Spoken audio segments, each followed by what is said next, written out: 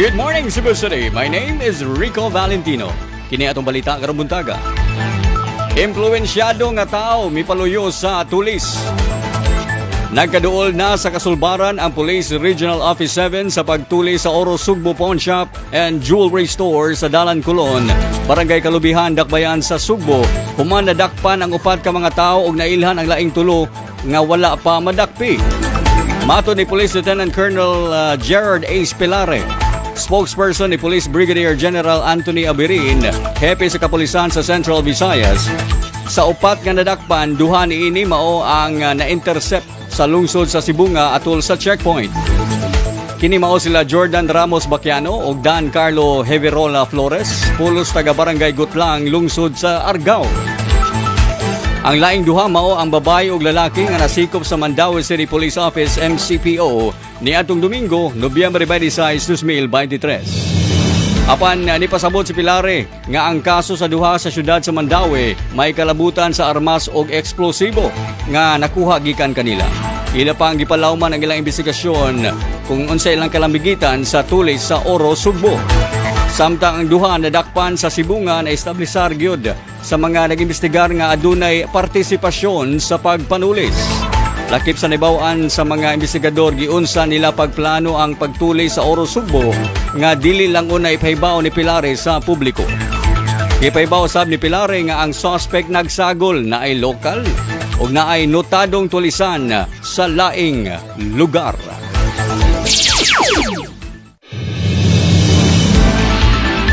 Og sa laing bahin sa itong balita mga ka-winner, miilis ug asin sa shabu, gipatay.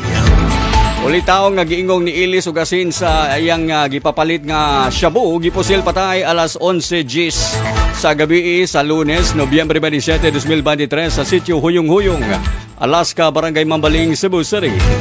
Si Angel Bert Atilano, 24 ang edad, drug surrenderer, nagpuyo sa lugar, namatay human nakaangkon og mga samad pinusilan sa luyo nga bahin sa ulo ug lawas.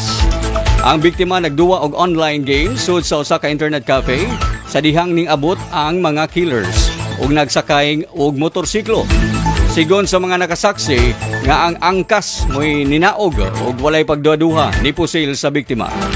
Nasubay sa kapulisan nga daghan or nakatumbling og usa ka bulto nga shabu ang biktima. Nasayran sab nga sa miaging semana giingong adunay nasuko kang Atilano kay gisugo kini og 1/4 nga gramo og shabu, gramo sa shabu apan giilisan niini og asin.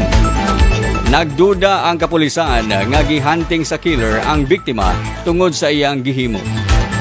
Gawas niini, ikataho nga dako sab kini og nadispalko sa drogas.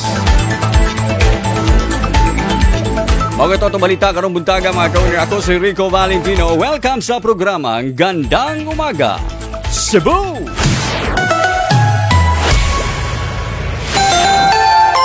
Ito ang Win Radio, ang radyo ng bawat Pilipino sa Metro Cebu at sa buong mundo.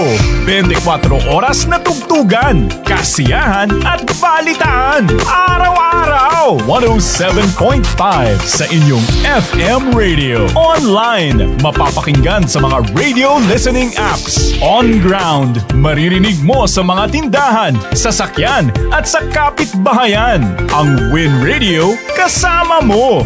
Nasaan ka man, kailanman. Win Radio, ang radyo ng bawat Pilipino. Wherever you are, Win Radio. Ang Win Radio ay kasapi sa kapisanan ng mga broadcaster ng Pilipinas, KBP, celebrating 50 years of serving Philippine broadcasting.